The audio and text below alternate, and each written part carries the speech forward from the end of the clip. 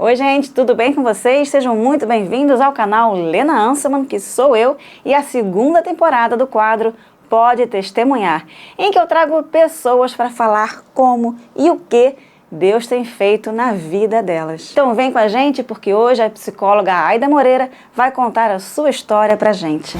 Aida, muito obrigada por você ter topado o meu convite, estou muito feliz. Você é a primeira convidada aqui da segunda temporada. Uau! Então, que essa temporada aí seja cheia de encontros e com muitos milagres para a gente poder contar e espalhar para as pessoas a importância da gente dar oportunidade para aqueles que não conhecem, conhecerem o verdadeiro Deus. Como que começou a sua fé cristã? Como é que se deu essa sua história na fé cristã? Cresci na igreja, basicamente, né? Meu pai é pastor. Acho que é meio assim, né? Olha pra cá, olha pra lá. Pode olhar para onde você quiser. Bom, eu cresci numa igreja, né? Meu pai, o tal do berço evangélico, né? Que eu passei a acreditar em Deus, ou que eu cresci ouvindo sobre Deus, sobre Jesus, e vendo nos meus pais uma dedicação muito grande no serviço, né? Claro que quando eu era criança eu não pensava exatamente isso, mas meus pais, meu pai, ele foi nomeado, não é bem essa palavra, nomeado pastor de uma igreja quando eu tinha 6 anos. Aqui de Foz? Não, no interior de São Paulo, uma cidade chamada Barra do Turvo. Mas a gente morava em São Paulo, foi para Curitiba, e eles fizeram um seminário teológico lá. Meu pai e minha mãe fazia música e meu pai fazia teologia. E aí, de vez em quando, eu ia com eles no seminário, pelo menos eu acho que um dia na semana eu ia com eles. Foi uma experiência interessante, né? Eles estudando e eu estar junto ali, brincando com as crianças que também estavam com os pais estudando, né? Você entendia o que eles estavam fazendo? Acho que sim. Acho que eu entendia que eles estavam estudando. Talvez eu não gostasse muito de ir porque, né, eles ficavam na sala e eu ficava fora. Eu ficava brincando, eu ficava na biblioteca. Mas era legal. E nesse meio tempo ele começou a cuidar de uma igreja no interior de São Paulo, que era uns 160 quilômetros nessa cidade. Então a gente morava em Curitiba e tinha igreja na outra cidade. Então eles estavam sempre servindo. Mesmo antes de ele ser pastor, ele era líder, né, servia de outras formas na igreja também. Então sempre cresci vendo meus pais muito engajados, né? Você foi batizada quando? Eu tinha 8 anos. Você pediu ou foi induzida? Não, eu acho que meu pai até achou que era muito cedo, mas todos os meus amigos também estavam se batizando, daí eu falei, não, minha melhor amiga na época estava. Então foi uma galerinha, eu acho que foram umas 4 pessoas, assim, na faixa etária próxima. O que vocês entendiam nessa época em que estavam pedindo para ser batizados? O que vocês entendiam que era esse batismo? Bom, eu entendia que era um mandamento. Eu fiz o curso de batismo certinho, né? Acho que não tem problema nenhum, né? A igreja do meu pai é a igreja batista. Então, o nome já induz você a pensar que é uma coisa importante, né? Mas a gente fez o curso, tinha um curso de preparo ao batismo e tal, e a gente entendia que era um mandamento, era uma ordenança, e que fazia parte do processo, né? De viver a fé. Né? Quando você batizava, você podia tomar a ceia junto. Então, a gente já observava aqueles rituais há muito tempo e queria fazer parte. Eu perguntei uma vez para minha mãe, assim, mãe, você lembra quando foi que eu aceitei Jesus? Porque, né, que tem aquele movimento de, levanta a mão, vou lá na frente e tal. Ela falou, ainda não sei, porque teve uma época que todo culto você aceitava Jesus. Então, não sei exatamente quando foi, mas todo domingo você aceitava Jesus. Eu falei, amém, que bom, acho que fez diferença. Né? Então, com 8 anos, eu me batizei junto com algumas outras crianças, uma criança adolescente. A gente né, era rio na cidade que a gente morava, então a gente batizou no riozinho, assim, que a gente gostava de tomar banho, né, de brincar. E eu acho que eu sempre soube, no fundo, né, quem era Deus, embora com a simplicidade da criança. Sempre aceitei, sempre quis participar. E acho que entendia muita coisa, mas eu acho que quando eu tinha lá meus 12 para 13 anos, eu entendi a consequência do pecado e o porquê da salvação. A gente, quando você começa a ser né, na vida de adolescente, as coisas começam a mudar um pouco de figura, aí você quer tomar decisões, ser independente, né? Às vezes pecado. A gente também faz algumas coisas erradas, né? E daí eu, né, nessas escolhas de fazer coisas erradas e sofrer, eu senti dor, aquele sofrimento de, poxa, não é legal isso, né? E eu acho que eu fui entendendo. E uma música que me marcou muito foi Preciso de Ti, porque na época que lançou, foi quando eu tive essa compreensão. E eu lembro muito forte, porque era a primeira vez que tinha ouvido a música num acampamento de adolescentes, né? Na minha cidade, que era muito pequenininha, gente, eu morava na Barra do Turvo. Veio outra igreja de Curitiba e fizeram acampamento na escola da cidade, né? Então a gente ficou acampado na escola que eu estudava, só tinha uma escola de segundo ciclo do fundamental e médio, né? Quer dizer, tinha outra, mas não no centro da cidade. E tava lá aquela galera e tal, e aquele monte de coisa diferente acontecendo. E quando me bateu essa sensação, essa música me marcou muito. Até hoje, toda vez que começa a introduçãozinha, eu já fico emocionada, assim. Aquela sensação boa, sente saudade, né? Sim, é um pouco uma de nostalgia. Um pouco de nostalgia, mas ela ainda é tão... assim, ela é tão verdadeira até hoje. Eu acho que por isso talvez muitas pessoas gostam muito dessa música também. Ela fala de uma coisa essencial, que é reconhecemos a necessidade de Deus, né? De que sem Jesus a gente tá fadado a viver pela lei do pecado, né? E embora pra gente que é cristão falar isso é comum e fácil de entender, às vezes para quem não é crente soa muito pesado, né? Às vezes as pessoas se perdem no nosso linguajar. Mas as pessoas, eu sinto que a palavra mandamento, por exemplo, né? Tem um peso, né? Tem um peso muito grande, né? Então as pessoas que não vivem no nosso contexto questionar, por que eu vou seguir os mandamentos, sabe? Então, sim, essas palavras pesam e acho que pode ser uma das coisas de várias, né? As pessoas vão buscando motivos para não aceitar Deus, para não aceitar Jesus, sabe? Sim. As pessoas parecem que fazem força para não aceitar Deus.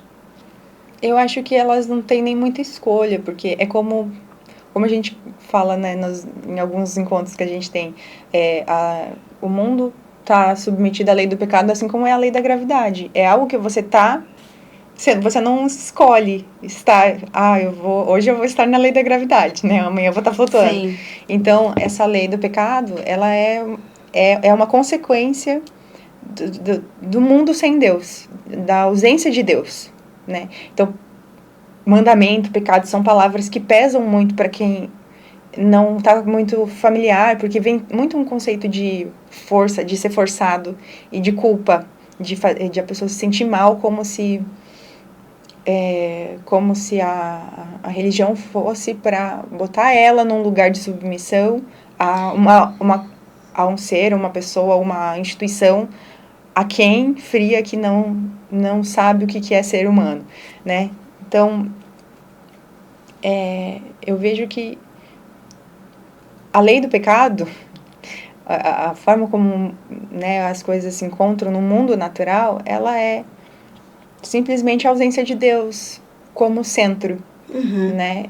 Então, quando a gente fala do pecado em si, acho que da consequência de estarem, né, nesse modo de funcionamento, é mais não estar ciente do sofrimento que é não ter Deus, né, de estar ausente da presença de Deus e ausente daquilo que te traz o propósito mesmo, né? Porque sabe que é interessante, só interrompendo assim, porque quando se fala da presença de Deus, é interessante porque eu vejo muitas pessoas, né, assim, que buscam um Deus, sei lá, seja no budismo, seja enfim, várias religiões, elas buscam, né, algo para idolatrar, algo para seguir, algo para serem ajudadas até, mas não buscam o Deus celestial. E isso eu acho muito, eu não consigo ainda entender, assim, eu tento às vezes me buscar, né, na minha adolescência, porque, enfim, eu venho de um lar onde minha mãe é católica, meu pai era luterano, mas eu não tive um lar religioso, digamos assim, né? Minha mãe é aquela católica que tem lá a Nossa Senhora, tem a Santa Rita de Cássia, tem o Santo Antônio, tem uma pirâmide, aí tem sei lá, as runas, tem a pedra, tudo junto no mesmo canto, sabe? E, então, assim, eu não tive um lar religioso, um lar com uma linha, digamos assim. E eu tinha zero referência de qualquer coisa, era tudo bem misturado.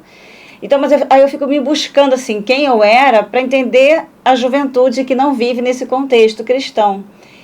E eu busquei um pouco do budismo, me lembro que uma professora tinha me apresentado até um livro, A Arte Cavalheiresca do Arqueiro Zen. Eu estava na faculdade e eu amei esse livro na época.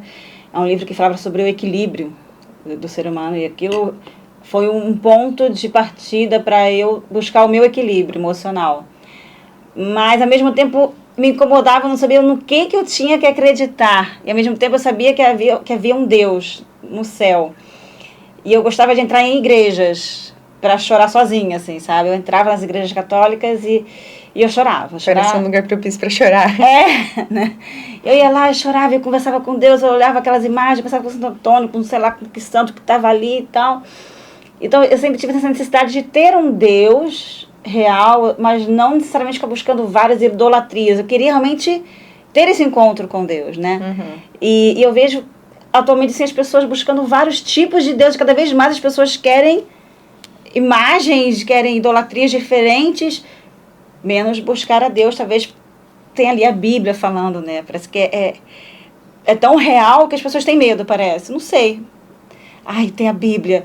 E quem escreveu a Bíblia? Ai, foram os humanos que escreveram a Bíblia. E uma vez eu falei com a pastora sobre isso. Eu falei, pastora, tem um cara aqui no meu trabalho que veio questionar a Bíblia. Ele falou, mas foi o ser humano que escreveu a Bíblia, não sei o quê. E eu fiquei muito incomodada com aquilo. Já estava no meio cristão e tal. Falei, pastora, o que eu posso fazer? Me ajuda, assim, para eu poder contra-argumentar com base, né? Não só falar o que vem na minha cabeça, eu quero realmente base. E uma coisa que ela falou na hora para mim a Bíblia não precisa ser defendida. Nossa, eu falei... E é isso, sabe? Então, eu falei, cara, leia a Bíblia, dá vontade de falar pra pessoa, sabe? Porque a gente queria que leu, mas não leu. A pessoa passou os olhos, mas não leu, sabe? Sim. Mesmo... eu lembro eu não sei se era um filme que falava assim... Um professor pegou para um estudante, acho que era um filme, falava assim, eu leio isso, não, acho que era um diálogo de um livro. Eu vejo esse livro, eu leio e para mim não faz sentido nenhum. E aí o menino respondeu, olha, esse livro são várias cartas de Deus para os seus filhos. Então, se você não entende, isso não faz sentido para você, talvez seja porque você não é o destinatário dele. É um pouco pesado, mas faz sentido quando você entende quem Deus é. E a natureza dele, que Deus é bom, porque tem coisas que a gente lê que a gente fica, nossa, isso é meio forte, forte, isso aí é forte, né? E realmente, tem coisas que são fortes porque tem trechos que são históricos, tem trechos que são ensinamentos, às vezes repreensões, e você tem que entender o contexto do que se trata, né? Você tem que saber que eu vejo que Deus é um Deus de processos, né? Então, ele foi ensinando gerações, não é como se uma pessoa chegasse e aprendesse da criação do mundo até o fim. Para a gente conseguir compreender coisas mais complexas, o básico tem que estar muito firme na nossa cabeça. E isso às vezes demora, em termos de epistemologia, demora gerações para você conseguir chegar à compreensão de algumas coisas, né? De forma que aquilo não se perca. Como se fosse a forma bruta do processo. E ao longo dos anos... Vai sendo lapidada. Acho que sim. Acho que essa metáfora corresponde. Eu mesmo demorei muito para me render a ler a Bíblia. Eu falava, nossa, é impossível. Eu falava sem saber. Sem ter pego numa Bíblia. Sem ter uma Bíblia em casa, eu falava, deve ser impossível entender a Bíblia. Ai, gente, é muito difícil ler a Bíblia. Não, eu não vou entender nada que está escrito. Aí, quando eu entrei no meio cristão, eu falei, não, eu tenho que comprar uma Bíblia. Comprei a mais difícil. A Almeida. Falei, gente... Que português é esse, gente? Que português é esse, né? E aí, eu ficava buscando o significado das palavras e tal. Comecei a ler Gênesis, né? Comecei a ler desde o início. E eu comecei a ter essa compreensão que as pessoas achavam difícil, talvez pela versão. E hoje tem tantas versões que simplificam. E eu fui lá e comprei uma outra Bíblia de estudos, a NVT. E aí eu falei, nossa, agora faz mais sentido, porque o papo agora é mais reto, eu consigo entender melhor um papo reto para futuramente eu me render a Almeida, digamos assim, sabe? E eu consegui entender a história, não terminei de ler a Bíblia ainda, Mas eu consegui ler, consegui entender o que Deus estava ali. E em alguns momentos eu falei, meu Deus, por que o Senhor fez isso? Coitado do fulano. E eu conversava com Deus enquanto estava lendo a Bíblia. Mas por Sim. quê? E o mais incrível é que durante a leitura vinha a resposta. Sim. Enquanto eu questionava Deus, olha que abusada, né? Deus falava, minha filha, eu fiz isso por causa disso. Tipo, Sim. na hora eu tinha a resposta, sabe?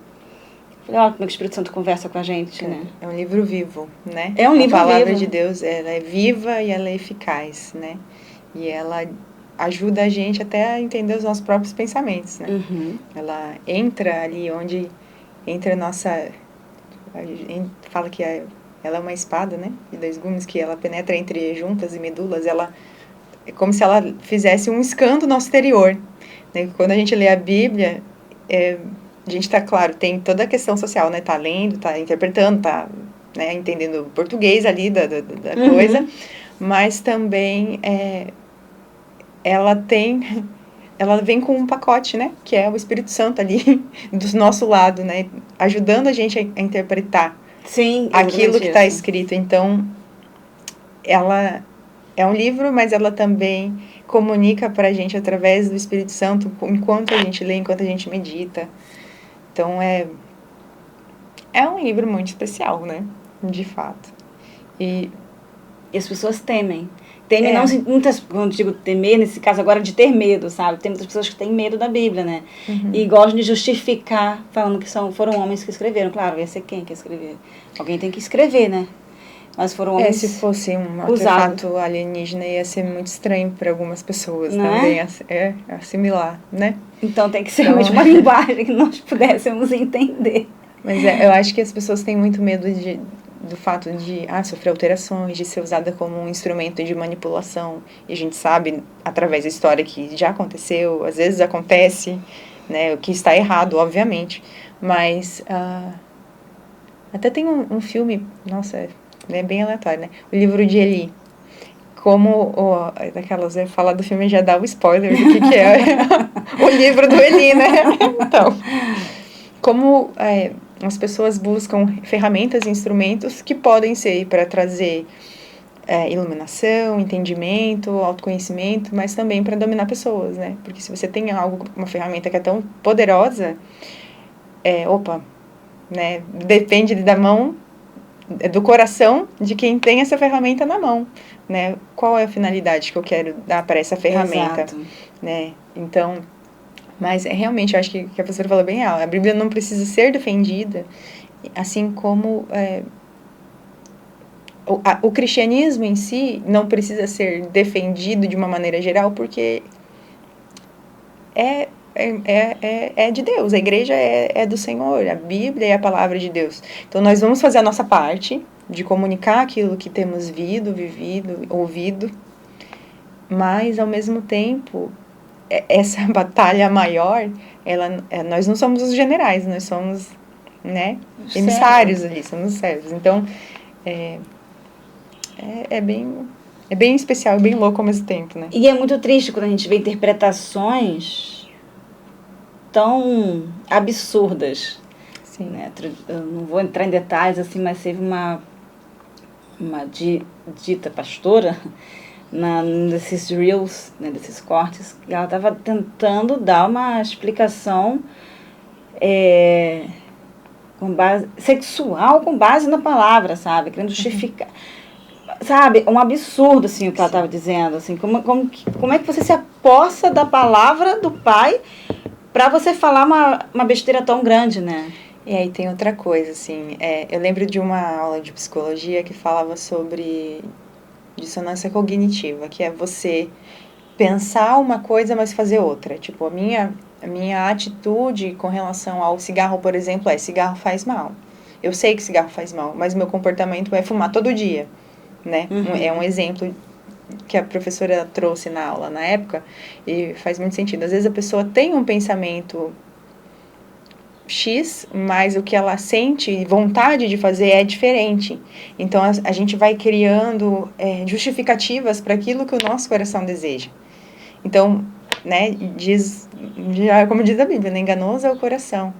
Quem o compreenderá? Né? Eu sou o Senhor que sonda o coração, né? Fazendo um freestyle, né? De como está escrito ali. Mas a gente tem a tendência de justificar e racionalizar aquilo que nós sentimos. Então, a pessoa tem a vontade de fazer XYZ. E ela não entende que aquilo seja errado porque ela deseja aquilo. Mesmo que você fale, olha, isso que você faz mal para o seu corpo, faz mal para alguém, isso não é legal. E aí ela não consegue lidar com a tensão de sentir algo que não é certo. Então eu vou justificar porque aquilo é certo, para que eu me sinta bem comigo mesmo e consiga manter ali os valores que eu digo que eu acredito e aquilo que eu tenho vontade de fazer. E não é, muitas vezes, a maioria das vezes, não é consciente. A pessoa está falando assim, não, eu vou justificar porque eu quero. Ela não percebe que ela está fazendo isso. Então, e isso que eu acho que é muito louco. A gente tá num mundo que, se a gente for pensar bem, ninguém tem a certeza de nada. Tudo que a gente vê, que a gente pensa, que a gente acredita, tá ligado com a nossa forma de ver o mundo. Eu vejo o mundo de uma forma que você não vê, dependendo da minha biologia, da minha personalidade, da minha história de vida. E então, aquilo, eu vou criando explicações, eu vou entendendo o mundo da forma como eu fui constituída até então. Da forma que me ensinaram, do contexto que eu vi, da cultura que eu estou inserida. E eu carrego isso comigo pro resto da vida, né? Então, vai alterando, mas cada um pode ter um ponto de vista e não necessariamente as pessoas estarem erradas. Porém, mas no fundo, a gente sabe quando tá errando. Nem sempre. Causa desconforto. Eu acho que quando desconforto, você já sabe que tipo não tá tão certo assim. Eu acho que nem sempre a pessoa tem essa consciência. Falando em vida cristã, quando você já tem uma caminhada com Jesus, o Espírito Santo, ele é essa consciência. Isso. Mas se você ainda não tem esse relacionamento, você não tem essa clareza de que, cara, isso não é legal, isso me faz mal. Mas então por que esconde? Por que algumas pessoas escondem, por exemplo, faz isso, que faz aquilo? Não, isso sim. Mas aí são níveis diferentes de intimidade com Deus, de caminhada e de consciência, né? Eu digo as pessoas que não são do contexto cristão. Sim. Tipo, elas... não, tem coisas que realmente é muito óbvio. Porque mesmo que eu ache que, sei lá... Fumar. Cigarro, nem falando de droga. Sim. Falando o pendrive lá, o vape lá. Sim. A pessoa sabe que faz mal, que não é legal, mas vai lá e fuma. Tava no shopping, e aí o piá tava lá e deu uma tragada no vape. Ele fez escondido, porque ele sabe que é errado. A segurança foi lá, viu a fumacinha, chamou a atenção do piá e tal. Mas, tipo, você sabe que tá errado, é porque não é uma coisa boa. Se não é uma coisa boa... Mas é aquela questão... Por que as pessoas usam droga? Ou por que elas fumam? Porque aquilo traz um prazer para ela.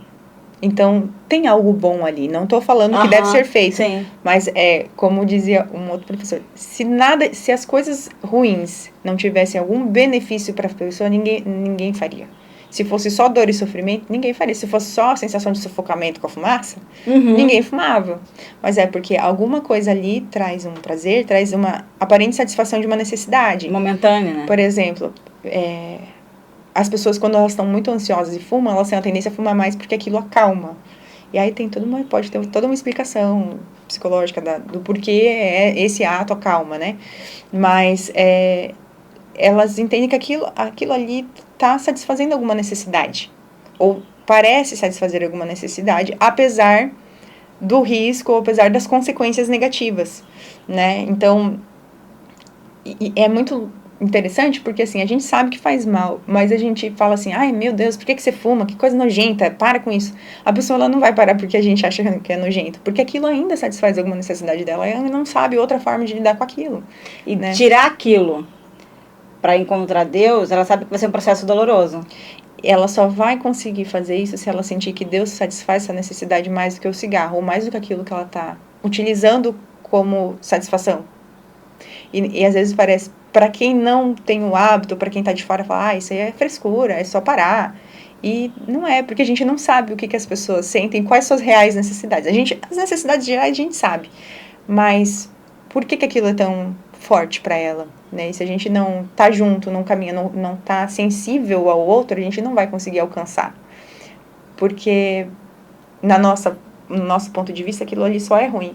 Mas do ponto de vista da pessoa, não. Aquilo ali é uma fuga um refúgio. do problema dela. Né? Então, quando a pessoa... E isso que faz, né? Voltando àquela história das palavras que são fortes, mandamento, pecado e tal. A pessoa só vai conseguir compreender que a vida sem Deus, ela não satisfaz quando ela conseguir conhecer a vida com Deus. Ou quando ela conseguir presenciar na vida de alguém e falar, caramba, isso aí é legal, eu não sei, eu acho que eu vou experimentar isso aí também. Quando o próprio Senhor falar com ela de alguma maneira, né? E existem várias maneiras que Deus comunica com a gente. Então, enquanto a pessoa não vê, caramba, então é por isso que eu me sentia triste, então é por isso que eu, sei lá, sentia sozinha quando estava num relacionamento sem compromisso, porque eu fui criada para ter relacionamento, fui criada para ter compromisso, fui criada para ser parte de uma relação que não se rompe porque eu errei. E não se rompe se a pessoa também errar, mas a gente tem que se unir e trabalhar nas nossas fraquezas juntos para permanecermos juntos, né? Para ser família, para cuidar um do outro. Escolhemos nós nos escolhemos, né? Sim. Se um dia o casal se escolheu, foi por alguma razão, né? Sim, isso para casamento, mas também para relacionamentos outros, né? A gente fala de irmãos, né? Em Cristo, mas poxa, já pensou se você tem uma dificuldade X ali? Sei lá, é muito grosso ao falar, né? Tipo, uma pessoa meio bruta. E toda vez que você tá nas suas amizades, você acaba sendo bruto com as pessoas se afastam. É muito mais fácil a gente se afastar, e claro, tem situações que a gente não consegue lidar. Mas de alguém chegar na liberdade e falar, cara, você é meu irmão, poxa, vamos maneirar aí na forma de falar. Quando você fala assim, você tá desrespeitando os outros, né? Você magoa as pessoas e tal. Essa liberdade de falar assim, olha, mesmo que você fique bravo comigo, eu preciso falar porque você é minha família, né? E eu me preocupo com você e eu quero te ajudar nisso e permanecer junto com você também, né? De uma maneira que fique legal, né? Pra Exato. todos. Então, acho que o corpo de Cristo, a família de Cristo, né, a igreja, ela tem que ser esse espaço em que as pessoas possam estar seguras até mesmo para errar umas com as outras, mas para crescer juntas, né? É um hospital, uma oficina, dá para usar várias metáforas, né? Um laboratório, né? Porque se você for pensar bem, cada um com o seu ponto de vista, pode ser que as coisas, né? Você fala assim, isso aqui é água, e você fala, não, isso aqui é chá, né? Então, as coisas não são... às vezes a gente não chega num consenso sobre coisas mais abstratas e complexas do que isso é justo, não é justo, isso é certo, não é certo, né? Porque cada um tem a sua realidade, a sua verdade. Mas existe uma verdade que vem de Deus e é Ele que nos afina para estarmos juntos no mesmo pensamento, para entendermos as coisas como elas são. Uma das coisas que eu sempre me questionei, o terror também nas aulas de filosofia, eu ficava pensando, meu Deus, mas isso não faz sentido para mim, né? Era como assim que cada um tem a sua própria realidade? Porque, filosoficamente falando, sim, cada um vê a vida de um jeito, cada um tem a sua realidade, mas... Gente, mas se a árvore... Lembro que um texto usava esse exemplo. Mas se a árvore tá lá, eu fecho o olho, eu não sei que a árvore tá lá, ela continua lá. Não é porque eu não penso que ela tá lá que ela deixou de existir. Porque as coisas não... A realidade material do mundo, a vida, o que é externo a mim, não depende do meu pensamento saber, ter consciência de que aquilo é real. Então, se a árvore lá na montanha tá lá e eu não lembro que ela tá lá, continua lá, né? Então, existe algo de concreto no mundo, na vida, no universo, na existência, que é real e que é, né, permanente, não depende de quem nasceu ou morreu, mas que talvez eu, enquanto ser humano, não seja capaz de compreender completamente essa realidade por conta do meu filtro, né? E eu sempre questionei muito assim, Deus, o que é real com relação a isso? Isso que está acontecendo é real? Isso que eu estou vivendo é verdadeiro? como que eu sei que o que a pessoa tá me falando ali não é a verdade e eu que tô errada? Eu sempre fui muito questionamento, desde sempre, né? Inclusive, quando eu era mais novinha, assim, na igreja, meu pai falava algumas coisas e tinha a parte do mandamento, que a gente, né, quando é adolescente, né, fica mais assim, mas por que não pode isso? Mas, e dançar? Por que eu não posso sair pra dançar? Não que eu fizesse muito, né? Mas, assim, mas por que é errado? Quero entender mesmo aquilo. Mas não fazia... Eu era de muito questionamento, ainda sou bastante. Então, e aí eu ficava falando, quando eu conheci outras igrejas, eu ficava pensando, gente, mas que coisa louca, é totalmente diferente. Como é que eu sei que eles estão, que eu tô certa e eles estão errados? Né? E como é que... E se eu tiver errado e eles estiverem certos, como é que vai ser? Como que dá pra saber? Eu lembro que eu fui num acampamento quando eu tinha 15 anos, era uma missão, né? Era numa igreja da minha tia, estava promovendo, uma igreja bem grande lá em São Paulo. E tinha oficina de teatro, street dance e mais alguma coisa que eu não lembro. Legal. E eu falei, legal. Mas era uma missão evangelística, então você ficava... Eu acho que foi uma semana... Gente, eu não lembro nem quanto tempo foi. Mas metade do tempo treinando e metade do tempo fazendo missões urbanas, né? Fazendo evangelismo na rua e tal. E eu me inscrevi no teatro porque eu tinha interesse no teatro. Porque eu, né, tava mais pensando na experiência do treinar no teatro do que no evangelismo em si, a princípio. Isso acontece. Né? Até mesmo com os cristãos maduros acontece. Ir pelo motivo errado. E ali, pra mim, eu não conhecia ninguém, né? Então, era uma outra igreja. Minha tia me apresentou, fulana, essa aqui é minha sobrinha, tal, cuida dela lá e tal. Então, lá foi... E eu era muito tímida, sempre fui mais introvertida e sempre preocupada com o que os outros estavam pensando de mim. Então, era meio tenso você estar num ambiente que você não conhece ninguém. E apesar de que também era uma igreja batista, que foi aquilo que eu cresci, era um pouco diferente. E nessa missão, nessa campanha, tinha pessoas de diversas igrejas, não só. E o primeiro culto que a gente teve com todo mundo junto, eu ficava sempre no cantinho observando. Sempre minha primeira reação eu vou ficar no cantinho, vou observar como é que é o clima, para eu depois me sentir à vontade para adorar. Então, primeiro eu ficava observando, depois eu adorava, né? E aí, tava lá o louvor acontecendo, oração, e aí começou um a falar em línguas e outro a sair profetizando, e outro a ter reações diferentes que para mim eu não estava acostumada a viver, nem a vivenciar no meu contexto de comunidade, né? E eu fiquei pensando, Jesus amado, o que é que tá acontecendo aqui? Onde é que eu tô? Essa foi minha reação quando eu fui no primeiro AVV. Aí eu fiquei pensando assim, Senhor, que esses povo doido que... Não eram todas, mas as pessoas que tinham essa liberdade manifestavam a liberdade que elas tinham no espírito, né? E ao mesmo tempo, apesar de estar com essa sensação de onde que eu tô, ainda assim eu me senti tão confortável, eu me senti... Pertencente? Pertencente em partes, porque eu me senti bem, porque era um ambiente de adoração, que é algo que eu conhecia, mas apesar de não conhecer ninguém que era desconfortável para mim, eu senti que eu tava em casa, de certa forma, né? Que eu tava que tava bem. Então, eu lembro que depois que eu observei a cena, eu fechei os olhos, comecei a cantar e falei, eu acho que... Eu cheguei à conclusão de que Deus se manifesta de formas diferentes para pessoas diferentes. De que pessoas mais tímidas talvez não saiam fazendo o que as outras fazem, mas que do jeito delas, Deus fala com elas. Embora eu entendi isso pela primeira vez com 15 anos, ainda demorei muitos anos para conseguir viver essa realidade de uma forma mais presente na minha vida, porque ainda algumas coisas ainda me causavam algum constrangimento e questionamento, né? Tá, mas então, por que com aquelas pessoas você faz isso, com outras não? E o senhor ainda faz esses milagres mesmo? Ou era só antigamente? E aí começava a abrir um leque de outros questionamentos. E muitas vezes eu jogava o questionamento sem esperar necessariamente uma resposta, mas eu sentia que Deus estava comigo de alguma forma.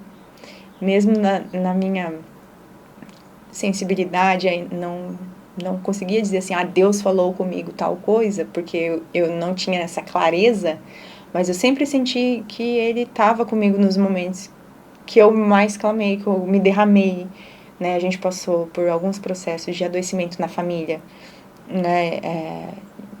De transtornos e tal. E eu lembro que eu sofria um pouco na minha, pela situação, que era dolorido de ver, de estar junto. Eu sofria muito... Eu sofri uma época, bastante... Nessa época eu fui para o retiro, para essa campanha, porque eu não tinha amigos. Eu ainda não tinha muitos amigos. A gente morava no interior de São Paulo e voltou para São Paulo numa situação...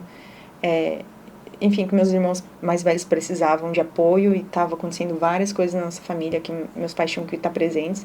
Então, acho que com 13 anos eu saí do interior, uma cidade de 8 mil habitantes, fui para a capital, né? Nossa, é uma mudança. E eu cheguei lá no meio de setembro, no primeiro dia na escola, eu falei, meu Deus, será que dá para eu voltar? Porque eu queria muito ir para São Paulo, porque eu nasci lá, né, e estava voltando, só que eu não tinha vivido muito tempo em São Paulo. Então, eu pensei, gente do céu, aqui tem tribos nas escolas, que é isso? Porque na época era como, aí tinha os clubbers, tinha o pessoal que gostava de música black, tinha os roqueiros, e tinha os CDFs, então cada um, eu falei, gente, na Barra do Turvo era tipo todo mundo a mesma coisa, tinha... De que grupo você aqui, gente? Tinha as meninas, tinha os meninos que bagunçavam, tinha as meninas que... Tava assim, não tinha muitas diferenças, né? Não tinha... Era algo mais parecido. Mais homogêneo, né? E eu fiquei pensando assim, meu Deus, é muita...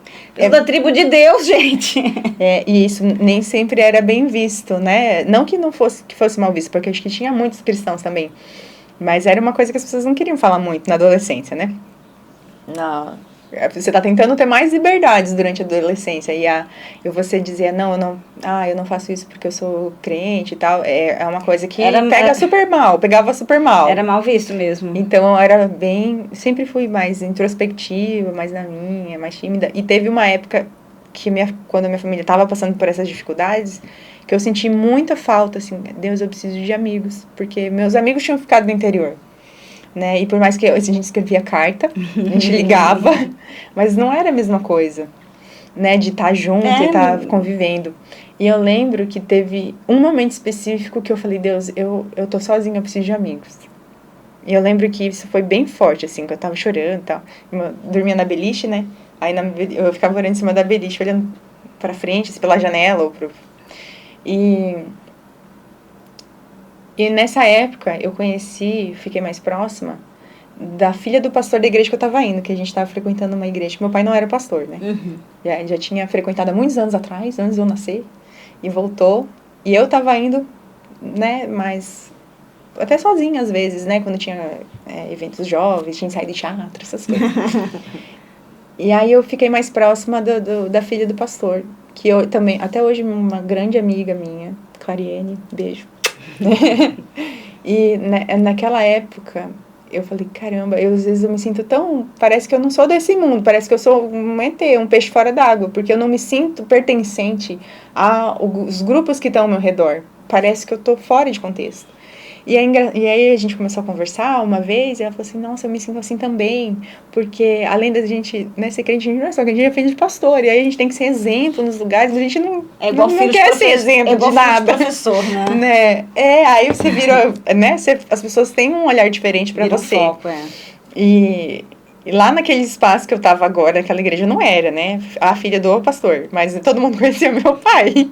Então, assim, e foi uma amizade que eu sinto que foi um presente de Deus muito necessário naquela época. Respondeu. Porque eu precisava de uma melhor amiga. Não era só uma amiga, era uma melhor amiga. Né? Então, a gente não se via sempre, porque ela morava bem longe. Né? Então, a gente só se via geralmente no domingo. Mas era sempre legal, assim, estar com ela. E é uma amizade que perdura até hoje, né? Então, teve um outro momento que eu lembro que eu tava, assim, durante o cursinho, que já... Depois, na escola, eu fui fazendo amizades e tal, claro, né? Tem também uma grande amiga minha, Alicia, que também, até hoje, a gente... Sempre que eu vou lá, eu vou visitar ela.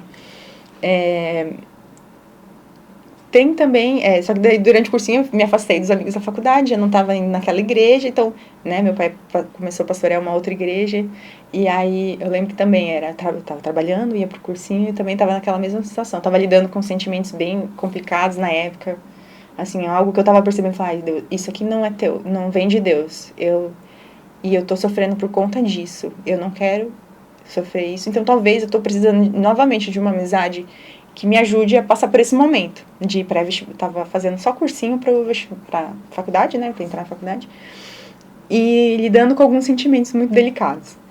E aí apareceu uma amiga no cursinho, assim, bem aleatória, Carol, que ela, assim, aleatória, meio perdida lá, mas ela falava uma coisa bem engraçada, e a gente começou a andar junto, foi bênção. A gente não tem, com a Carol não tem mais contato, mas foi bênção pra mim, eu acho que pra ela também, né? Naquela época foi bem especial. Então, eu não tinha na minha cabeça a clareza, Deus falou comigo tal coisa, mas eu sei que Deus me respondeu nos tempos que eu mais precisei, e Ele foi provendo o que eu precisava, mesmo quando eu nem sabia exatamente o que estava acontecendo, né? Então, às vezes a gente confunde pensando que Deus é um tirano, que Ele quer, ou que a igreja se coloca nesse lugar quando a pessoa não tem clareza de que Deus existe, né?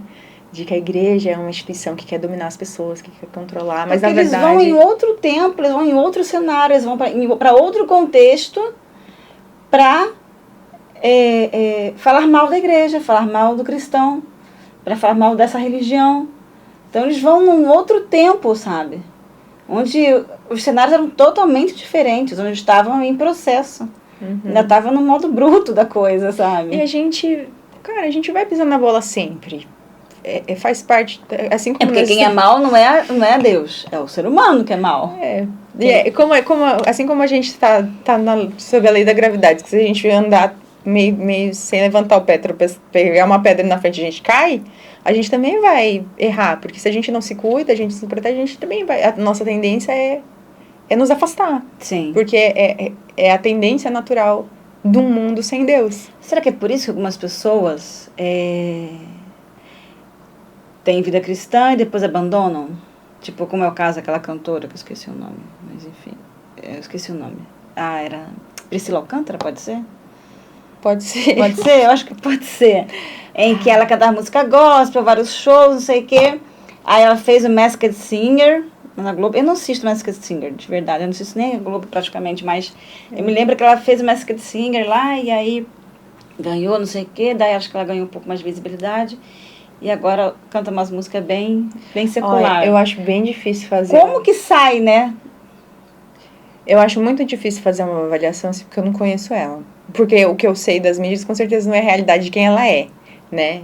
Eu teria que conhecer ela de verdade, saber o que ela pensa. E talvez ela nem ela tenha totalmente clareza, né? Assim como a gente às vezes não tem. Mas, poxa, às vezes as pessoas têm muitas pressões do mundo, dos próprios sentimentos do coração, que às vezes acabam optando por seguir o que sente e não lutar contra alguma situação, né? Só a gente sabe onde que aperta o nosso calo e é difícil dizer, assim, dos outros, né? Mas eu sinto, assim, que quando uma pessoa... Né, que se diz cristã, não necessariamente a Priscila Alcântara nesse caso, mas quando uma pessoa se diz cristã, vive esse meio cristão e depois vai pro mundo, né, vamos dizer, tudo tão oposto, digamos assim, porque foca no mundo, será que essa pessoa, seja quem for, realmente era cristã, tinha essa noção de identidade, tinha recebido essa identidade, sabe, de filha de pai? Será que essa pessoa realmente entendia quem era Deus e quem ela era, sabe? Ou apenas essa pessoa foi criada num meio religioso cristão? Porque o meio religioso é diferente, você segue, né, a religiosidade sem entender realmente a palavra. Eu acho que essa pergunta repercute numa velha questão bem impactante, que será que a pessoa foi salva? Ou será que ela nunca foi? Né? Então, é uma grande polêmica aí, teológica, né? Tem algumas vertentes que acham que a pessoa nunca foi. Tem, né, uma vertente que fala assim, não, se a pessoa se arrependeu, aceitou Jesus, teve todo o movimento, teve um relacionamento com Deus, conheceu Deus e voltou ao mundo, é que ela nunca foi cristã de verdade. Uhum. Tem algumas pessoas, alguma outra vertente que fala, não, se ela teve uma experiência genuína, mas perdeu a salvação. Eu não vou opinar sobre isso porque não é o meu forte. Afinal, o meu papel é mais problematizado que dar respostas às pessoas. Meus pacientes ficam bravos comigo. Falei, o que você pensa? Eu falei assim, O que você pensa? o que é que você pensa a respeito disso, né? É, porque quando a gente fala em voz alta É, sobre os nossos problemas, isso faz a gente Sim. refletir. sim. Ganha um outro significado. E não adianta eu dar uma resposta para uma questão que é da pessoa, porque é ela que tem que tomar a decisão sobre si mesma. Mas nessa situação, eu não sei te dizer. A minha tendência é acreditar de que ela não teve uma experiência totalmente transformadora. Mas só Deus sabe, porque eu não sei, realmente eu não saberia dizer. Tá, e nesse caso, e Judas, por exemplo? Será que ele não realmente não conheceu? Mas será que ele não teve aquele ato final justamente porque ele viu o que ele fez e que Jesus é? Então, assim, é bem complexo. Mas Judas é olha, alguém que gera muito... Gera raiva, né? Assim, vai, Judas. Sim, e uma das minhas crises, quando eu era, sei lá, tava aprendendo um pouco mais sobre fé, acho que eu devia ter uns 11, 12 anos, que eu fiquei pensando assim, meu Deus, mas Judas andou com Jesus, ele era um dos discípulos, e no final, ele traiu Jesus. Eu falei pra minha mãe, e se eu for um Judas na vida? E ela falou, não, filha, se você tá pensando isso é porque você não é. Aí eu fiquei pensando, mas como é que eu vou saber se eu sou um dos 11 ou se eu era o Judas? Mas Então, olha que importante. como é que a gente vai saber? Jesus andar com um traidor, porque Jesus sabia que ele era traidor, pra gente até hoje saber disso. Sim. Se Jesus não tivesse aceitado Judas na sua companhia, a gente não saberia de tudo isso, sabe? Se Jesus não tivesse permitido ele caminhar junto com ele, sentado na mesa lá da coisa lá e feito o que fez, a gente não teria hoje essa comparação. Será que eu sou Judas? Será que eu estou seguindo realmente certinho? Será que eu tô... Pô, será que eu estou traindo igual Judas? Então, foi preciso haver um Judas. Eu não sei. Eu falei, né? Meu papel é levantar questionamentos, não necessariamente respondê-los. Mas talvez Deus poderia ter feito de outra forma, mas ainda assim era necessário que Jesus fosse crucificado. Sendo através de Judas, sendo através de outra situação. Não sei exatamente como, mas isso já estava previsto, né? Tem que ter um impacto. Se não houver um impacto, o impacto tem que ter força. Se não houver impacto, não há mudança. Tanto que nessa comunidade, né, que fala, né, esse ano o nosso tema é uma vida de alto impacto, porque só realmente você causando impacto é que há mudanças. Sem impacto não há mudanças. São apenas tentativas, sabe, assim. Às vezes não tem a força suficiente para mudar a trajetória, né? Impacto tem força, então tem que mudar a trajetória, tem que ter... A mensagem tem que chegar, a mensagem só chega se houver impacto. Senão a mensagem não chega ao destinatário. E em falar mensagem, a gente tem muitas mensagens nesse nosso devocional, Experiências com Deus. E é muito interessante, né, porque eu já falei com algumas pessoas desde o início da minha vida cristã, que faz 2 anos, sobre um devocional, né, e conheci pessoas que eram do meio cristão, mas estavam afastadas do meio cristão. E aí fui falando sobre o devocional. E essas pessoas começaram a voltar a ler devocional, sabe? Tipo, qual devocional que você lê e tal? Aí, eu comprei. Tipo, não necessariamente comprou o mesmo que o meu, mas foi um pontapé inicial para a pessoa voltar a ler o devocional. Meditar. E até voltar à igreja. Tem uma amiga que voltou à igreja. E fiquei tão feliz, sabe? Porque não precisa ser a mesma que a minha, mas... voltou e está passo a passo seguindo novamente a escolha que ela já tinha tido, mas a vida acabou fazendo com que ela saísse, se afastasse um pouco. E ver as pessoas voltando me causa muita satisfação, sabe? Muita felicidade. E tudo a partir de conversas do devocional, por exemplo, sabe? E aí eu queria que você hoje fizesse o devocional pra gente aqui no nosso canal. Quem sabe faz ao vivo, né? que você lê o tema de hoje e explique um pouquinho o devocional, o que é o devocional para as pessoas. E fizesse. O devocional de hoje é 21. 21, isso. Então tá. O título de hoje é Quando Deus Abençoa Outras Pessoas. O texto é 1 Samuel 18, 14 a 15. Ele tinha êxito em tudo que fazia, pois o Senhor estava com ele. Vendo isso, Saul teve muito medo dele. Quer que leia tudo? Pode ler. Então, tá.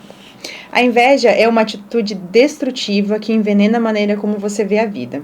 É tão perigosa que Deus a condenou em 2 dos 10 mandamentos. O rei Saul era um homem invejoso e inseguro. Ele tinha sido elevado à mais alta posição em Israel. Ele tinha sido abençoado de muitas maneiras. Mas Saul viu que Davi estava ganhando a atenção e o louvor dos israelitas. Os israelitas reconheceram as conquistas de Saul, mas eles também louvaram Davi, a quem Deus estava usando para conquistar ainda mais. Ao invés de se alegrar, pois Deus havia empoderado outra pessoa para derrotar os seus inimigos, Saul se tornou terrivelmente invejoso e procurou destruir Davi. Deus fez de cada um de nós seus filhos. Nenhum de nós merecia isso, por isso não há necessidade de comparar as nossas bênçãos com as de outros filhos de Deus. A inveja é autocentrismo em sua pior versão. Ela nos rouba a alegria e estrangula o contentamento. Ela endurece o coração e impede a gratidão. Ela acha que os recursos de Deus são limitados demais para que ele abençoe outra pessoa e abençoe a nós também. Saul ficou tão preocupado com a sua inveja em relação a Davi que negligenciou coisas importantes, trazendo sofrimento e dor para o seu povo. Por causa de sua inveja, a família de Saul foi destruída. Vigie o seu coração. Se você não consegue se alegrar com o sucesso de outras pessoas, tome cuidado. Não permita que a inveja contamine o seu coração. Arrependa-se antes que ela roube de você todo tipo de alegria e contentamento que Deus anseia para você. Quando for tentada a comparar o seu sucesso na vida com os de outros, peça a Deus para lembrá-lo de todas as maneiras como Ele o tem abençoado, mesmo sem merecer. Eu acho bem interessante essa condição da gente conseguir se alegrar com a alegria do outro, né? De saber que, independente do que eu tenho ou deixo de ter, aquilo é bom para aquela pessoa e é algo que eu posso me alegrar junto, né? Mas, às vezes, quando a gente está naquela posição de falta, de sentindo de injustiça, ou sentir que eu mereço mais, então, pode ser que aquilo que o outro tem incomoda, né? Eu achei engraçado porque essa semana eu estava conversando sobre esse tema com uma amiga e no domingo o pastor falou sobre autenticidade e ele estava falando sobre algumas... Gente, eu tenho a memória meio de peixe de vez em quando, né? Vem em ondas os temas. E aquilo me pegou muito por algumas questões que eu já estava refletindo, estava num momento bem... de refletir sobre algumas situações que eu tenho vivido, que eu tenho sentido, da minha autoimagem, né, da minha identidade. Né? Parece que é um negócio que não acaba nunca, gente. A gente faz 7, 15, 20, 35 e continua pensando sobre quem você é, né? Então, e ele começou a falar sobre autenticidade, aquilo pegou tão fundo pra mim. E eu fiquei pensando, ai meu Deus, será que eu tô sendo de fato autêntica com as pessoas? Porque, como eu falei, eu era muito introspectiva. Então, eu fui aprender, e às vezes minha alegria era estar sozinha, né? Não no meio de muitas pessoas. Então, eu não me incomodava de estar isolada até certo ponto. Mas em algum momento eu queria estar incluída. Então, eu fui aprendendo a me comportar de uma maneira sociável. Em alguns contextos, fui aprendendo a imitar, de certa forma, as pessoas, mas também fui aprendendo a me colocar nas situações sociais conforme o que os outros também faziam. Mas, ao mesmo tempo, aquilo gera uma certa dissonância, né? Porque eu não queria, às vezes, estar naquele lugar, mas eu tinha que estar sociável ali, inclusive, né? Não só estar, eu tinha que estar bem educadinha. Ser sociável, né? Tinha que estar socializando direitinho. E, às vezes, eu ficava pensando o quanto que eu não deixo de falar algumas coisas por essa necessidade de estar engajada com as pessoas, ou estar presente num espaço que às vezes eu não sinto tanta liberdade para mostrar quem eu realmente sou. E uma das coisas que eu estava pensando no culto, eu fiquei pensando, meu Deus, olha isso, né? Teve uma parte que ele estava questionando alguns comportamentos que a gente tinha, e eu já estava pensando nisso, gente, eu acho que eu sou uma amiga ciumenta. Fiquei pensando, gente, eu sou... E eu, né? Eu com Deus pensando, gente, que é isso, Senhor? Olha, eu sou uma pessoa ciumenta, às vezes eu sou uma pessoa bastante egoísta. E eu comecei a sentir aquela confrontação interna. Eu fiquei pensando, será que é ciúme ou será que é inveja? Aí o devocional de hoje, eu já tinha lido em casa, daí eu fiquei pensando, interessante, né? Como, às vezes parece que você tá, sendo apertado, mas não de uma forma que você não suporte, mas tem uma coisa dentro de mim que ainda não tá legal, que aquilo ali ainda precisa ser melhorado, que aquilo precisa ser trabalhado. E isso não é legal, porque eu sofro com isso. Quando eu tô com ciúme de uma amiga minha, porque eu acho que ela tá, sei lá, mais com as outras amigas dela do que comigo, né? Isso não faz bem pra mim, e nem pra ela, porque, poxa, tá certo. Que bom que ela tenha bastante amiga, isso é bom, né? Então, eu fiquei pensando, lá no fundinho, será que... Fiquei questionando, Deus, será que eu tenho esse problema? Né? Mas, ao mesmo tempo, eu vejo que de fato, eu consigo me alegrar quando as pessoas passam por coisas positivas, recebem bens, quando elas celebram alguma vitória. Eu fico muito feliz. Então, a gente vai se abrindo para Deus trabalhar no nosso coração e lapidando a nossa vida, né? Assim como que a gente comentou no começo. De a gente ser uma pedra bruta também, não só o povo, a humanidade, mas a gente também, no nosso momento de vida, ser uma pedra bruta que Deus vai lapidando e vai se tornando cada vez mais parecida com uma joia preciosa, né? Então, e o devocional também, volta e meia, dá uma lapada assim, você fala, senti, isso aqui foi pra mim, né? Falou comigo! Acho que foi pra mim isso aqui. Então, eu acho isso muito legal, de a gente conseguir refletir sobre atitudes que a gente precisa melhorar para se tornar mais parecido com Cristo, porque é o que nos faz bem. Não é como se fosse uma imposição pra gente se conformar a algo totalmente diferente da nossa essência. Mas é onde nós encontramos nossa essência, nossa maior potência. É onde nós realmente vamos poder ser livres para ser quem Deus realmente criou a gente para ser. Você falando assim, né? É exatamente isso. Acho que você falando isso resumiu assim o porquê ser cristão, né? Pra gente ser lapidado. Quando a gente é lapidado, mesmo na época bruta, lá atrás, os homens daquele momento também estavam sendo daquela maneira lapidados, sabe? E a gente perceber, né, nossas falhas, sei lá, um ciúme, outra pessoa tem uma inveja. Eu, por exemplo, eu quero consertar as pessoas, sabe? Fico assim, mas olha só aquela pessoa ali, por que ela ainda faz isso? Por que ela não faz aquilo? Sabe? Eu tenho muito isso, assim, sabe? E aí eu tenho... Aí logo que eu falo, não, para. Eu já falo pra mim, para com isso. Se você quer que aquela pessoa melhore, então ora por ela. Sabe? Eu mesmo já brigo comigo ali. Ore por ela, para ela melhorar aquilo, para Deus mostrar para ela. Sim. Para de querer consertar, não se mete. E aí eu fico, sabe, às vezes, alguns momentos assim, o meu marido fala, por que você tá quieta? Assim, você tava quieta? Tava ali conversando comigo para eu não abrir a boca, sabe? Sim. Porque se eu quero que a pessoa faça isso, aquilo, é Deus que tem que mostrar, sabe? Talvez eu possa até, né, dar uma sugestão ali, aqui, mas a gente pode vai machucando as pessoas, né? E viver uma vida cristã é sobre não machucar as pessoas. É amar ao próximo como a si mesmo, né? Então é isso, é o porquê ser cristão. Para não machucar as pessoas, para amar os próximos, e a gente viver numa sociedade não ferida. E viver aquilo que Deus...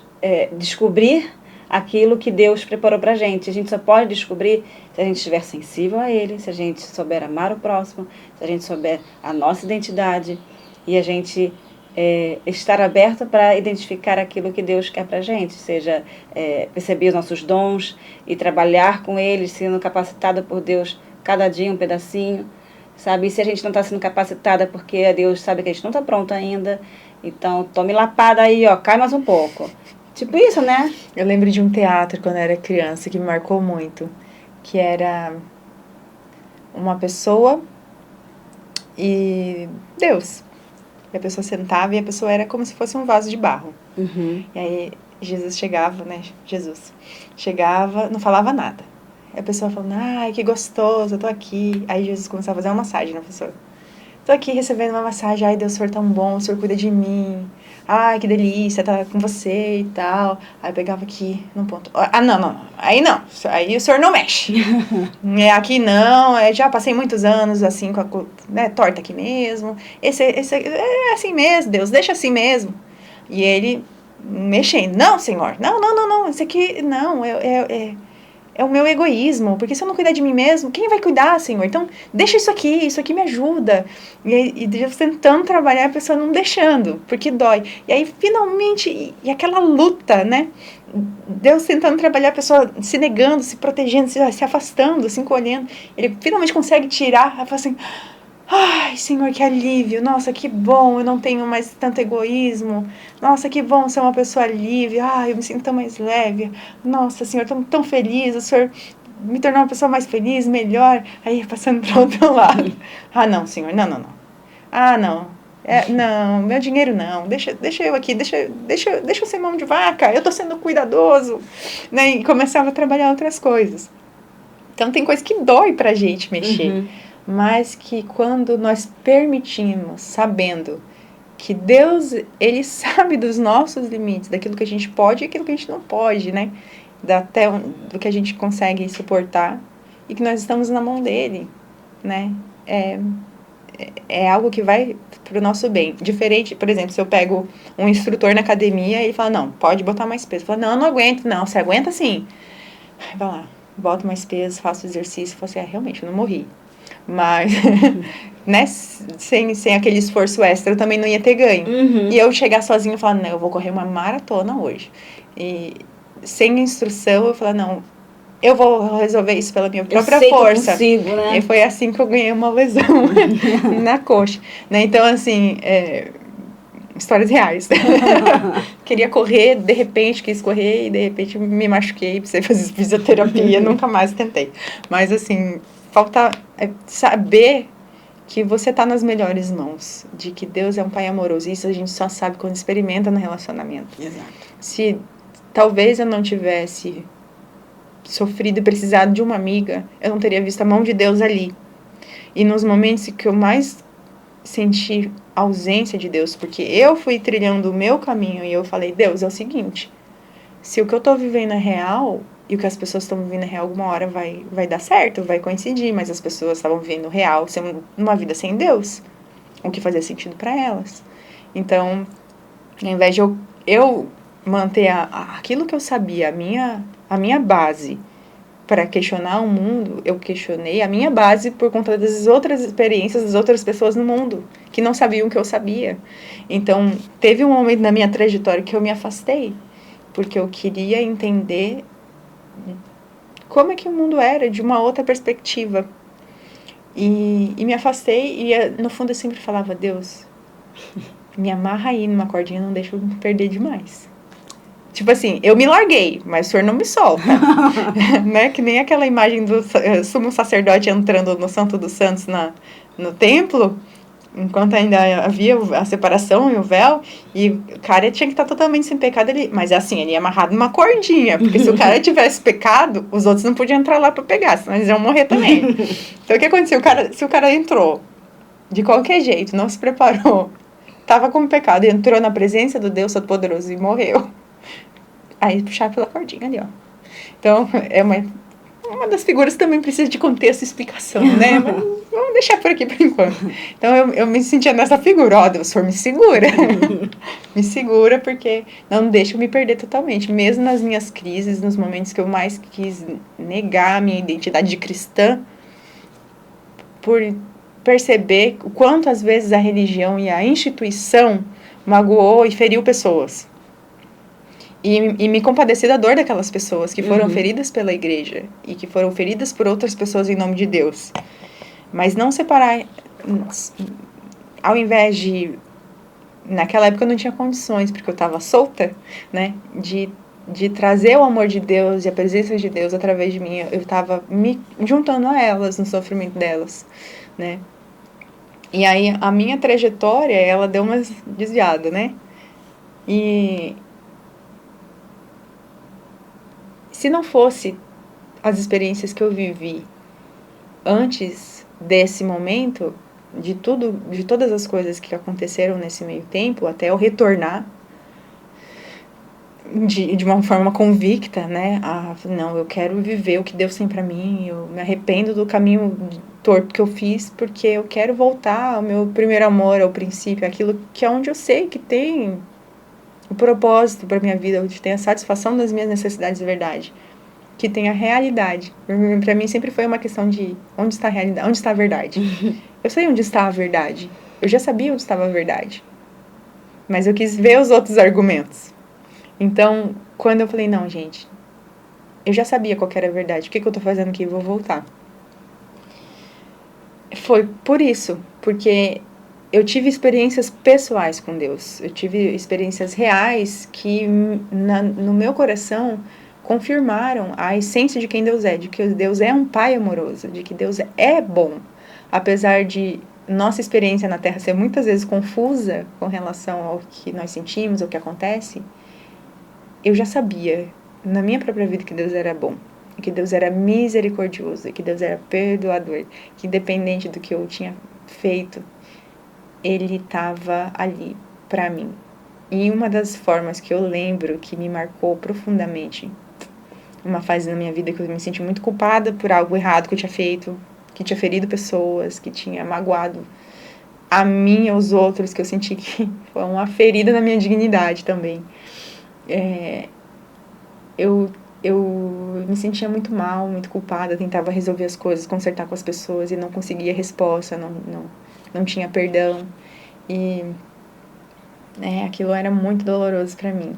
E eu já estava casada e eu estava dormindo, a gente foi dormir e eu sonhei que eu tinha participado, um primo meu ia casar. E na frente da igreja que estava acontecendo a cerimônia, eu estava do lado de fora, toda a família, amigos, todo mundo lá dentro. Estava lá de fora discutindo com alguém por uma coisa muito besta. Eu não sei o que era. Estava discutindo, sabe, como se fosse com uma criança, com uma adolescente. Eu não tinha esse cabimento. Eu comecei a discutir, mas eu fiquei muito alterada. Eu comecei a gritar, e fazer um escândalo na frente da igreja. E aí, quando eu percebi, eu tinha interrompido o casamento. E tava todo mundo do lado de dentro olhando pra mim do lado de fora. Tipo, mano, você estragou a cerimônia. O que você tá fazendo aqui? Você estragou. Daí eu peguei e fui embora, porque eu tinha estragado o casamento do meu primo, no sonho, né? E aí eu tava andando sozinha pelos arredores, né, e tal. E de repente passei... Aquelas coisas de sonho não tem muita lógica de tempo, né? Não. Passei pela casa do meu tio, pai desse primo, que é realmente meu tio, né, de verdade, tio Josias. Inclusive, saudades. E geralmente era na casa dele que faz o churrasco, que reúne a família, no dia 1º de janeiro, né, da família da parte do meu pai. Uma vez no ano, 1º de janeiro, a gente tenta se reunir para se ver, os que moram lá no Pará, os que moram em São Paulo, que moram em Goiás. Dá uma reunida na família. Pelo menos uma vez no ano, né? Quem pode estar junto, né? Em São Paulo, para comemorar, para estar junto. E esse era o tio cujo filho estava casando. Que eu tinha estragado o casamento no sonho. E aí, eu estava passando por longe, assim, e era como se fosse uma cozinha, umas mesas grandes. Na verdade, parecia até uma olaria, assim, um lugar onde faz vaso de barro, né? De cerâmica e tal. Mas eram mesas compridas, cadeiras, e na minha cabeça era a cozinha de fora da casa do meu tio. Tava passando por perto, ele tava lá do outro lado, e eu evitando o contato, né? Aí ele falou, que bom que você tá aqui, vamos lá em casa. Aí eu pensando assim, né? Ele tava falando por educação, eu falei assim, tá bom, eu vou, qualquer dia eu vou, o dia que o senhor me chamar eu vou, né, tipo, vou chegar lá, ninguém quer me ver, ninguém que tá perto de mim. E aí, ele falou, não precisa chamar, vai lá em casa. E eu senti assim, cara, ele não tá nem aí porque aconteceu, ele quer que eu esteja perto dele, né? E ali, no sonho, eu me senti perdoada, eu me senti amada, eu me senti pertencente. E eu comecei a chorar no sonho. Porque eu falei, meu Deus, meu tio me quer perto dele. E eu acordei chorando na vida real. E eu comecei a chorar. Foi uma sensação tão forte, de me sentir perdoada por Deus, pelo que for que eu tivesse feito. Porque eu não conseguia me perdoar. Também não tinha perdão de outras pessoas para ajudar. Então, e eu já estava carregando aquilo durante anos. E aí eu senti que Deus estava dizendo, minha filha, você está perdoada. Vem para minha casa. Vem pra minha casa, eu te amo, vem, né? E aí eu acordei chorando, eu chorava assim, que eu soluçava, que eu não conseguia respirar. Aí o Gabriel acordou e falou assim, meu Deus, o que tá acontecendo? Assustado pra caramba, eu não conseguia explicar o que tava acontecendo. Aí eu demorei bastante tempo, daí eu contei. Mas assim, foi um sonho, mas não foi só um sonho, porque foi muito real. Foi uma mensagem, né? Deus falou comigo através da figura do meu tio. Foi uma das sensações mais maravilhosas de perceber assim, cara, isso não foi só um sonho. Foi Deus falando comigo através de um sonho. Né? E aconteceu algumas vezes, assim, mas essa para mim foi a mais especial de todas, porque me tirou de um peso que eu carregava. E Deus por conta de uma consequência do pecado, ou seja, uma coisa que eu já tinha feito errado, que eu estava carregando porque era ruim. Não porque alguém me disse que eu fiz errado, mas porque eu sentia no meu corpo que aquilo era ruim. E de chegar e falar assim, filha, não precisa carregar esse peso. Eu já levei, Cristo já levou sobre si todas as nossas iniquidades, toda a nossa dor, justamente para que nós não fôssemos castigados pela consequência do pecado, mas porque através de Jesus a gente tivesse liberdade, que a gente tivesse salvação, que a gente tivesse redenção. Exato. E pudesse novamente estar unidos com Deus que é santo, né? Para que ele pagou o preço de todo o nosso erro, para que nós fôssemos limpos e livres para estar junto com o Pai, que é bom, que é perfeito, que é santo. Mas a gente não vai ser amoroso. Perfeito aqui. Exato. Mas Ele está trabalhando em nós. Se for para ser perfeito, a gente está lá já com Deus, já né? Estava lá, né? A gente tá no caminho da salvação. Da santificação. E só lá mesmo, né? Porque aqui a gente vai continuar uma obra em andamento. Em andamento, de acordo com o que ele acha que funciona melhor, né? A partir do momento que a gente se abre para essas oportunidades. Eu queria terminar esse podcast com você dando uma mensagem assim, para as pessoas que não conhecem o nosso meio, que muitas vezes têm medo, preconceito e dúvida, assim. Aí eu queria que você falasse com essas pessoas para a gente terminar de maneira bem missionária, sabe? Sem pressão nenhuma. Não. Eu realmente acredito que a gente não está aqui por acaso. Nós fomos criados para estar em relacionamento, para viver em um espaço de amor e ser amados e cuidados, e cuidar uns dos outros. E nem sempre a nossa trajetória vai apontar para isso, né? Talvez para nós, com a nossa história de vida, seja até contraintuitivo achar que existe um Deus ou que existe um caminho certo a seguir. É difícil às vezes acreditar quando outras pessoas falam pra gente, mas a Bíblia também diz que vamos encontrar o que procuramos. É isso. Obrigada, Aida. Obrigada por você ter topado. Obrigada pelo convite. Obrigada por tudo que você falou aqui. Eu aprendi muita coisa que você falando aqui. A gente, quando faz esse podcast aqui, cada vez que eu ouço alguém falando e eu ouço eu falando também, sabe? Como que vai havendo mais conexões, sabe? Com a nossa percepção de estar existindo aqui na Terra, sabe? Então, assim, muito obrigada pela oportunidade de estar aqui com você nesse momento. De verdade, eu agradeço muito mesmo, tá bom? Obrigada também. A gente cresce juntos, né? Obrigada por terem assistido. A gente se vê no próximo vídeo. Se inscrevam no canal e recomendem esse vídeo para as pessoas, para a gente poder mostrar quem é Deus, quem é Jesus, tá bom? Um beijo grande e até o próximo vídeo. Tchau, pessoal! Tchau, tchau!